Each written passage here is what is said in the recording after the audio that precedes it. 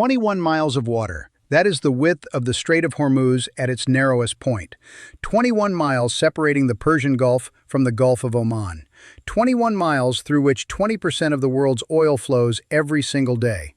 21 miles that the United States Navy, with all its power and all its technology and all its 100-year history of controlling every ocean on Earth, cannot cross when Iran decides to seal it. Not cannot cross because the ships are not powerful enough. Not cannot cross because the weapons are insufficient. Cannot cross because the basic mathematics of warfare in confined water against a prepared defender make it impossible. Not difficult, not risky, impossible in any meaningful military sense. And the presence of two nuclear-powered aircraft carriers, the USS Gerald R. and the USS Abraham Lincoln, does not change that equation. It makes it worse. To understand why requires understanding what these carriers actually are and what they can and cannot do in water this shallow, this narrow, and this hostile. An American supercarrier is the most powerful projection of military force ever created. 100,000 tons of steel powered by two nuclear reactors that will run for 25 years without refueling. 75 aircraft that can strike targets 1,000 miles away. A crew of 5,000. Defensive systems capable of engaging hundreds of threats simultaneously. A single carrier strike group represents more combat power than the entire military of most nations on Earth. But that power depends on space, room to maneuver, distance to detect threats and engage them before they close to weapons range. The ability to use speed and positioning to dictate the terms of engagement. In the open ocean, a carrier strike group is untouchable. In 21 miles of water, it becomes the world's largest target. The Strait of Hormuz is not open water. The navigable shipping lanes are 6 miles wide total, 2 miles for inbound traffic, 2 miles for outbound, a 2-mile buffer between them. A carrier is over 1,000 feet long and displaces 100,000 tons. It needs deep water and wide corridors. In the strait, a carrier and its escorts would be compressed into a formation so tight that they could not execute the defensive maneuvers their doctrine depends on. The standard defensive posture for a carrier strike group places Aegis destroyers 10 to 15 miles from the carrier in a protective ring. Those destroyers use their radar and missiles to engage threats at maximum range, ideally destroying incoming missiles and aircraft 50 to 100 miles away before they can threaten the carrier. In the strait, there is no room for that ring. The destroyers would have to operate 2 to 3 miles from the carrier. Every defensive advantage of standoff engagement collapses. Now add the depth. The strait averages 200 feet deep. In many places along the shipping lanes, it is less than 150 feet. A carrier draws 40 feet. There is barely enough water beneath the keel to allow safe navigation, much less evasive maneuvering. If the carrier needs to turn hard to avoid a threat, it risks running aground. If it needs to increase speed suddenly, it creates a pressure wave that could affect ships operating nearby. The carrier's overwhelming size, its greatest advantage in open water, becomes a crippling liability in the bathtub of the strait. The submarines that would normally screen ahead of the formation cannot operate effectively in water this shallow. American attack submarines are designed for deep ocean operations. They need depth to maneuver, to use thermal layers to hide, to exploit the three-dimensional space that makes submarine warfare possible. In the strait, a submarine has nowhere to hide. The acoustic environment is so chaotic with commercial shipping and thermal noise that sonar is nearly useless. And Iranian diesel-electric submarines, designed specifically for shallow water, can sit quietly on the bottom in 30 feet of water where no American nuclear submarine can go. But the real problem is not the geography. The real problem is what Iran has positioned along that geography over 40 years of preparation. The Iranian coast of the strait is a fortress. Mountains rise almost directly from the water. Tunnels have been carved into those mountains to shelter missile batteries that can be rolled out, fired, and retracted in minutes. These are not exposed launchers that can be destroyed by airstrikes.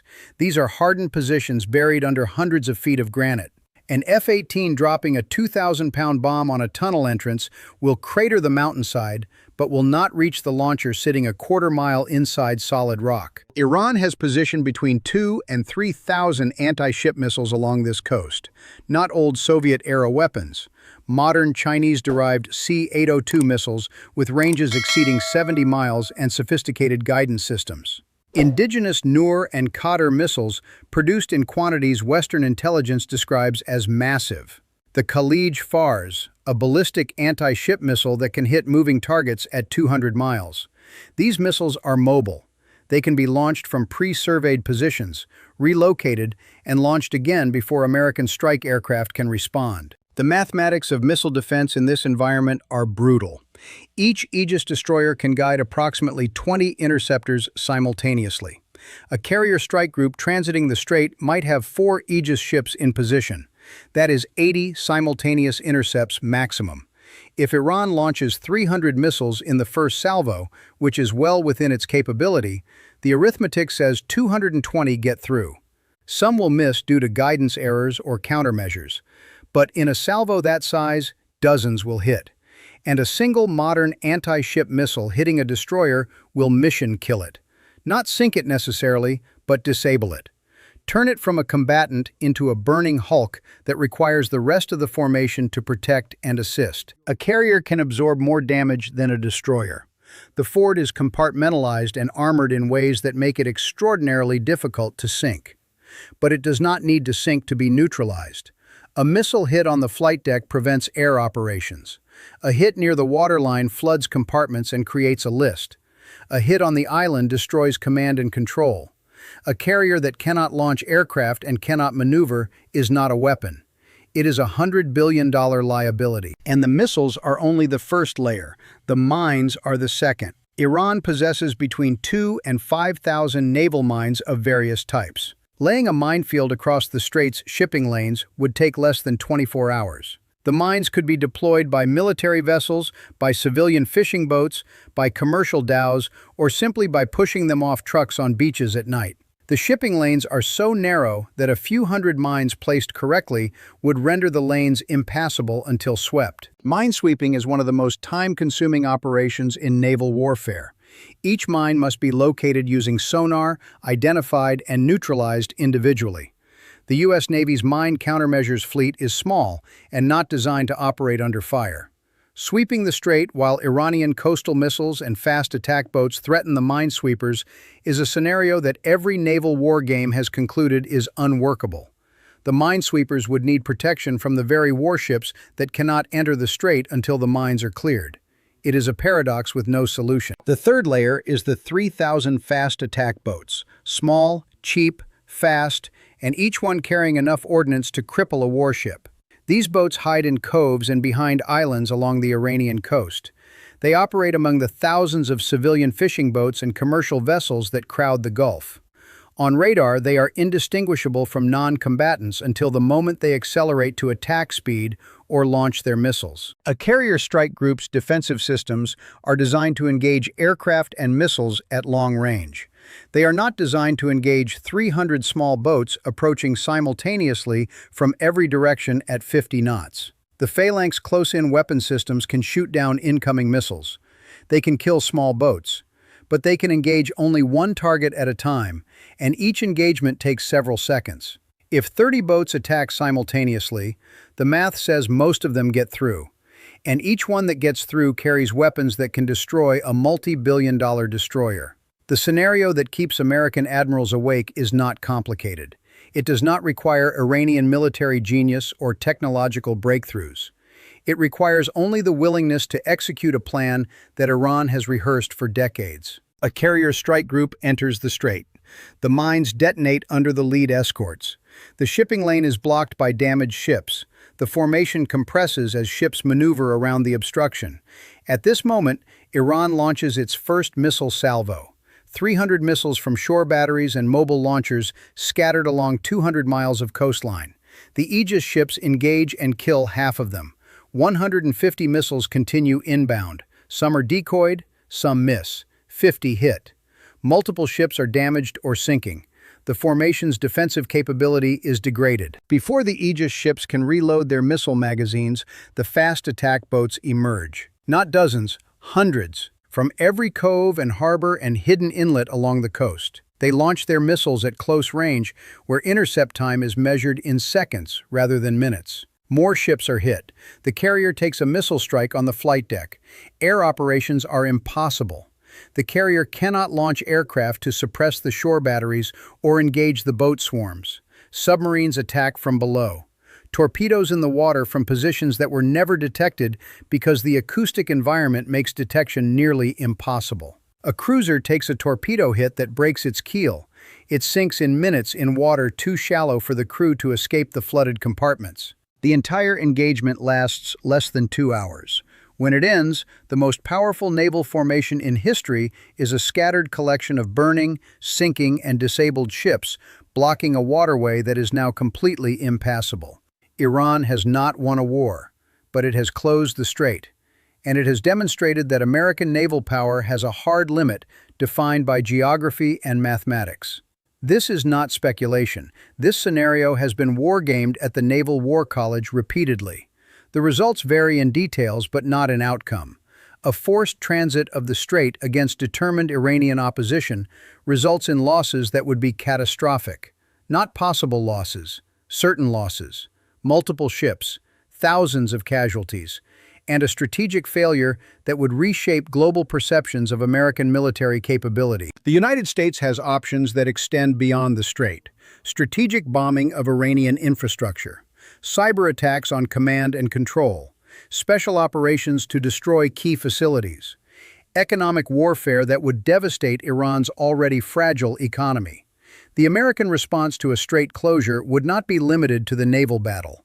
It would encompass the entire range of American military and economic power brought to bear on a nation that would face regime-threatening consequences. But those consequences come after the strait is closed, after the ships are sunk, after the oil stops flowing and global markets crash, and the world witnesses American carriers burning in water too shallow for them to maneuver. The strategic victory America might achieve in the following weeks would not erase the tactical defeat in the strait, and tactical defeats have a way of undermining strategic narratives in ways that are difficult to recover from. This is why the carriers do not enter, not because they are not powerful, because power without space is just vulnerability concentrated. The Ford and the Lincoln represent more capability than most nations will ever possess. But in 21 miles of water against an enemy that has spent 40 years preparing that water as a killing ground, capability is not enough. Iran has sealed 21 miles of water not with a physical barrier, but with a strategic equation that makes the risk unacceptable. The missiles are positioned, the mines are ready, the boats are fueled and armed. The crews have trained for this their entire lives.